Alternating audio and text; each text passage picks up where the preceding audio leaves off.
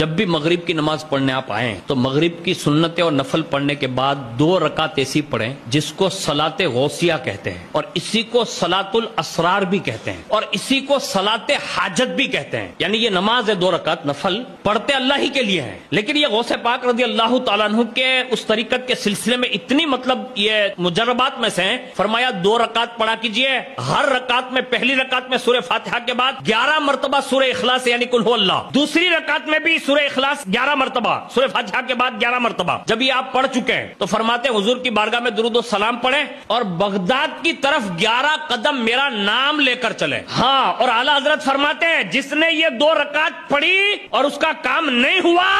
یہ ہو ہی نہیں سکتا ہے۔ یعنی یہ 2 رکعت اللہ کے لیے پڑھیں گے، رسول اللہ پر درود پڑھیں گے اور 11 قدم غوث پاک کے اس مقدس شہر کی طرف چل کر غوث پاک کا نام لیں گے۔ اس 2